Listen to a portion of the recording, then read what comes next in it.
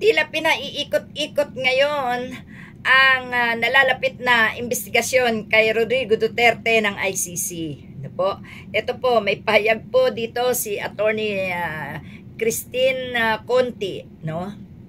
ICC Assistant to Counsel Attorney Cristina Conti questioned the request from former President Rodrigo Duterte's camp to allow his return to the Philippines on health grounds.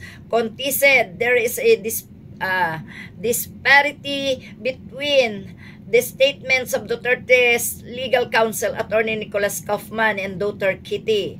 Kaya tingin namin may konting drama involved doon sa inihaharap sa ICC. Kaya tutol kami sa pagpapauwi at tututol kami nga dito sa adjournment or temporary postponed on reason of hindi daw siya fit to stand trial, Conti said. Kaufman earlier cited Duterte's progressively deteriorating medical condition and seeking postponement of his confirmation of charges, hearing and release from detention in The Hague.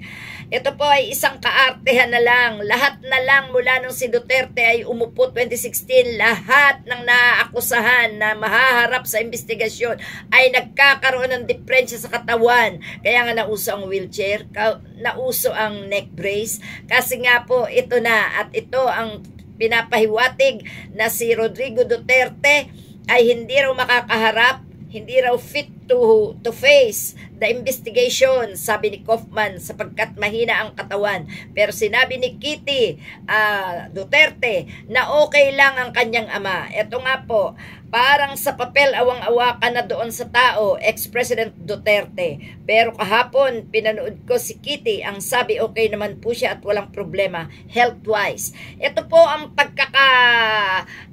pagkakaiba ng kasinungalingan at may kasamang drama. Nabubuking natin ang mga tao na mga bobo at tanga, 'di ba? Isipin mo, sa katangahan ni Duterte, hihiling siya na siya ay i-house arrest. Pero yung anak niya nadudulas sa pagsasabi ng katotohanan na okay lang ang kanyang ama. Paano po tayo maniniwala, mga kapatid, dito sa mga ito? Sila na nga lang mag-ama, kontrabarada pa sila. Hindi po ba at ito ay napakagandang sarswela sa pamilya Duterte? Yung ama ay nag-iinarte habang ang anak naman ay nagsasabi ng katotohanan na okay lang kanyang ama.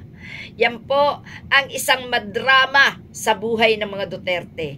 Ngayon na nahaharap sa investigasyon, sinasabi na magha-house arrest na lang siya at hindi siya fit to face sa investigasyon. Ito namang anak ay sumigaw sa social media na okay lang ang kanyang ama. Hindi po ba tayo pinaglololoko na mag-amang ito? Yan po ang ating masasabi dito, no? At pati na rin nga po dito sa mga nagaganap na investigasyon, pinapaikot-ikot lang po tayo at ginagawa tayong mga luko-luko sa pag-iisip kung sino at kung ano ba talaga ang katotohanan.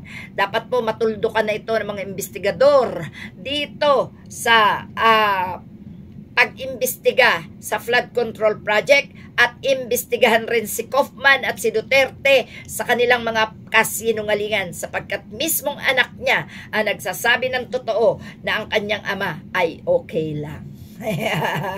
Okay po.